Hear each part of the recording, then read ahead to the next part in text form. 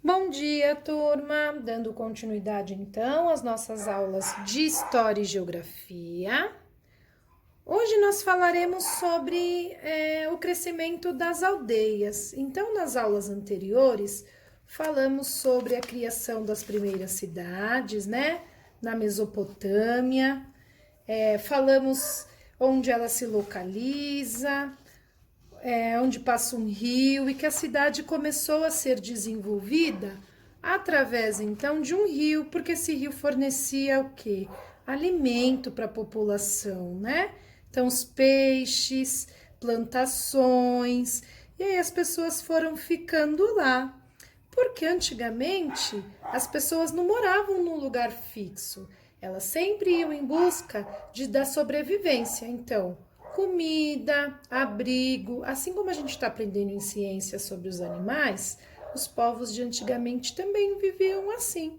Então, eles primeiro, antes de construírem suas moradias, né, e ficarem em um local, eles passeavam pelo mundo, caminhando em busca de alimento, e aí eles achavam um rio que forneciam então peixes para eles se alimentarem, terra fértil para eles plantarem, e lá eles ficavam. E aí assim surgiram então as primeiras cidades. Agora nós vamos falar como que houve esse crescimento, tá?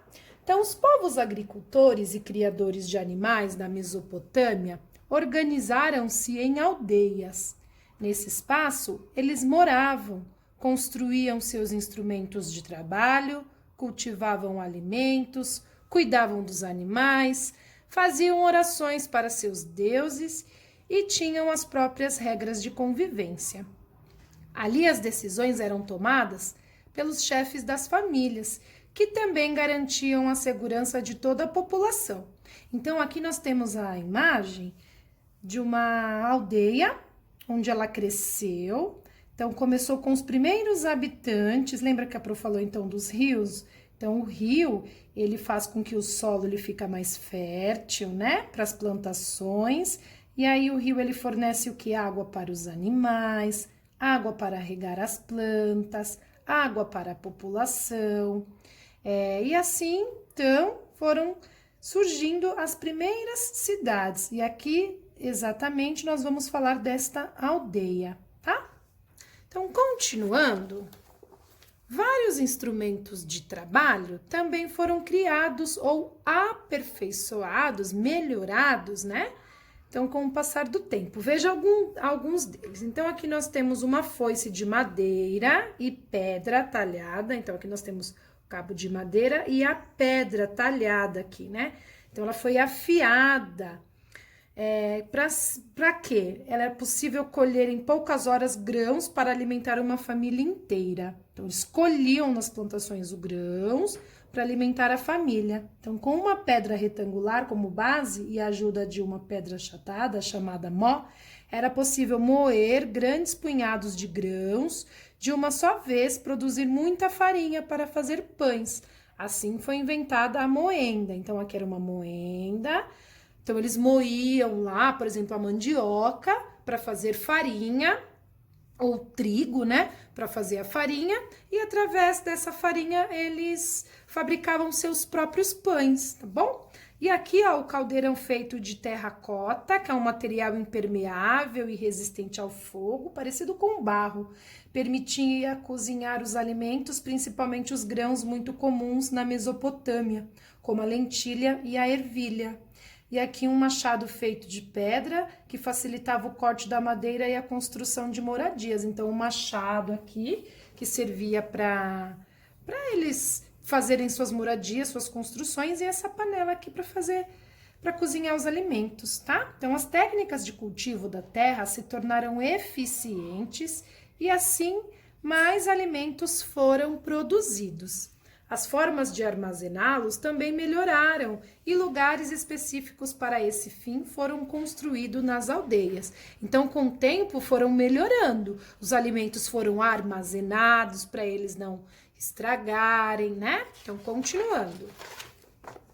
Ó, com tantas transformações, os aldeões passaram a viver melhor e começaram a produzir mais do que o necessário para a sua sobrevivência. Ou seja, começou a haver excedente de alimentos. O que é excedente? É a sobra. E olha o que eles fizeram então com isso. Foi nessa época que surgiram as trocas de produtos excedentes entre as aldeias. Então vamos lá, para vocês saberem. Surgimento das aldeias. Você percebeu quantas mudanças ocorreram nas aldeias? Então, associado a todas elas, houve ainda mais um fator. Então, fora as mudanças que ocorreram, né, houve um outro fator, o aumento da população. Isso ocorreu porque, com maior produção e melhor conservação dos alimentos, as pessoas ficaram mais saudáveis. O número de famílias cresceu, novas casas foram construídas e outras necessidades apareceram, como a criação de novas estratégias de segurança para a população, de divisão e organização do trabalho, das regras e do poder. Bom, então aqui deveria existir regras, né, para que todos pudessem agir de uma maneira correta, a divisão das tarefas, dos alimentos, né? Então, vamos lá. As aldeias, portanto, foram crescendo e se modificando, transformando-se pouco a pouco nas primeiras cidades da Mesopotâmia. Então, é importante saber, porém, que nem todas as cidades daquela época estavam organizadas exatamente da mesma forma. Apesar das semelhanças, elas tinham também muitas diferenças, que podem ser descobertas se estudarmos a história particular de cada uma delas. Então, nem todas seguiam as mesmas regras, tá bom? Cada uma tinha a sua regra para melhor fazer com que todos vivessem em harmonia, tá certo? Então, continuando, o que nós vamos fazer agora? As atividades. Atividade 2. Assinale somente os elementos relacionados às transformações que levaram as aldeias a se tornarem cidades.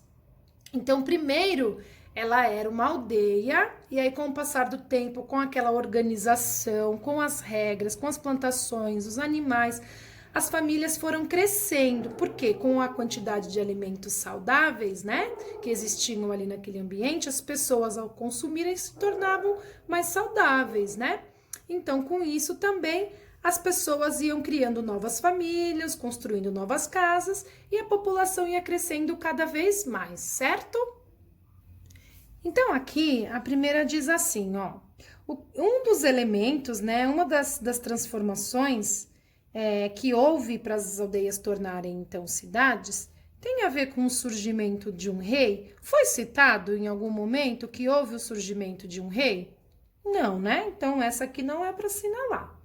Aperfeiçoamento dos instrumentos de trabalho, isso aconteceu? Sim, isso fala no texto, então esse aqui é para assinalar, tá bom? O aumento do número de casas construídas também, né? As casas foram cada vez mais aumentando suas quantidades, tá? Crescimento do número de famílias também, né? Isso foi dito também no texto, que as famílias foram crescendo.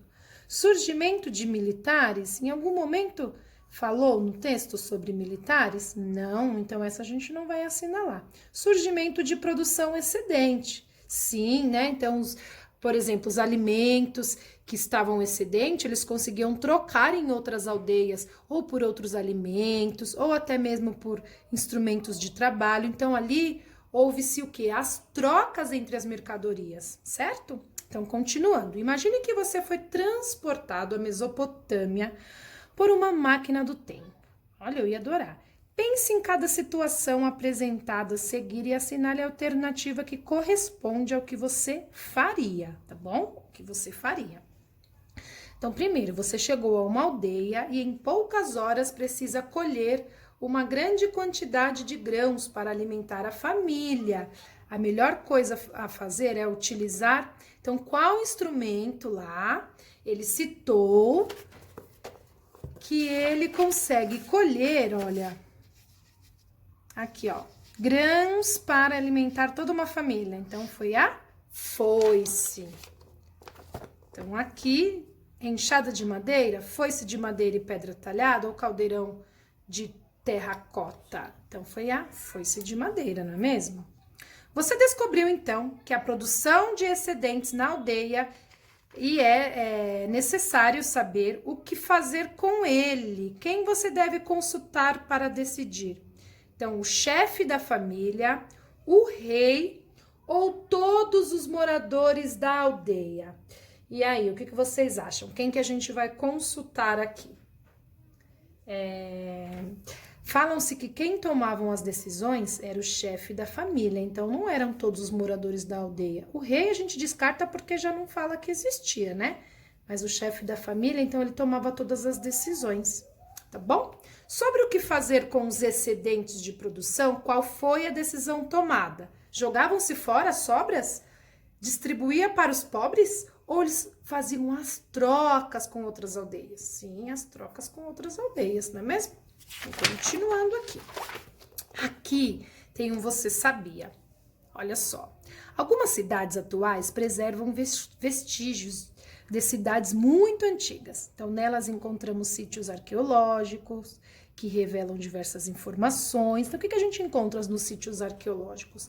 Nós encontramos fósseis de dinossauro, restos de planta, né? Tudo que existia muitos e muitos anos atrás. Então, sobre como era o modo de vida de povos que viveram em um tempo muito distante do nosso, né? Então, aqui nós temos um mapa, aqui de algumas das partes, tá? Então, aqui nós temos a América, aqui nós temos a Europa, a Ásia, a África, a Oceania, que são os continentes. E aí, mostram cada uma das cidades. Roma, tá? Faz parte de Roma, aqui na Itália. Aí mostra Bagdá, tá? Que é no Iraque. Mostra Jericó, que é uma região da Palestina. Olha aqui, ó, Jericó, uma região da Palestina. Mostra, então, Cusco, que é no Peru. Mostra, então, Cádiz, que é na Espanha. E Cairo, que é no Egito. Então, nós temos aqui essas imagens das cidades muito antigas. Dica para vocês. Se vocês quiserem viajar, conhecer essas cidades mais de pertinho, entrem naquele aplicativo que a Pro falou para vocês, o Google Earth, tá bom? Aquele lá que a Pro falou para vocês, que a gente consegue ver tudo via satélite e chega bem pertinho desses lugares. Então fica a dica para vocês, tá bom, turminha? Conhecerem esses locais. O que vocês farão agora? Mais uma atividade.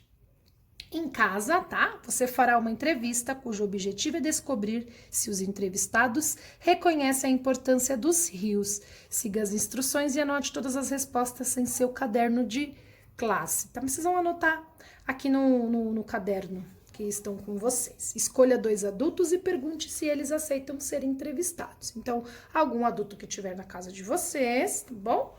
E aí, coloquem, então, inicie perguntando o nome e a idade dos entrevistados. Coloquem lá, então, no caderno o nome. Então, façam primeiro o cabeçalho, colocando a data direitinho. Atividade de História e Geografia, página 151, ok? Aí, vocês começam colocando o nome da pessoa que vocês irão entrevistar e a idade. Pergunta, em sua opinião, qual é a importância dos rios para as cidades? Os rios, tá bom? Depois, compare as paisagens urbanas estudadas até agora à da cidade de Callio, observada na página 142. Em sua comparação, observe semelhanças e diferenças nas construções, na utilização do rio, na aparência das pessoas e dos animais. Depois, descreva suas conclusões. Então, aqui vocês vão escrever o que vocês viram de semelhante e de diferente com relação às paisagens urbanas, que são as paisagens das cidades grandes, né? Das cidades onde a gente encontra bastante construção. Com essa cidade aqui, ó, Callio da página 142. Então, lá na página 142, nós vamos voltar e vamos fazer essa comparação. O que vocês acham aí que temos de semelhante, de parecido, que temos de diferente?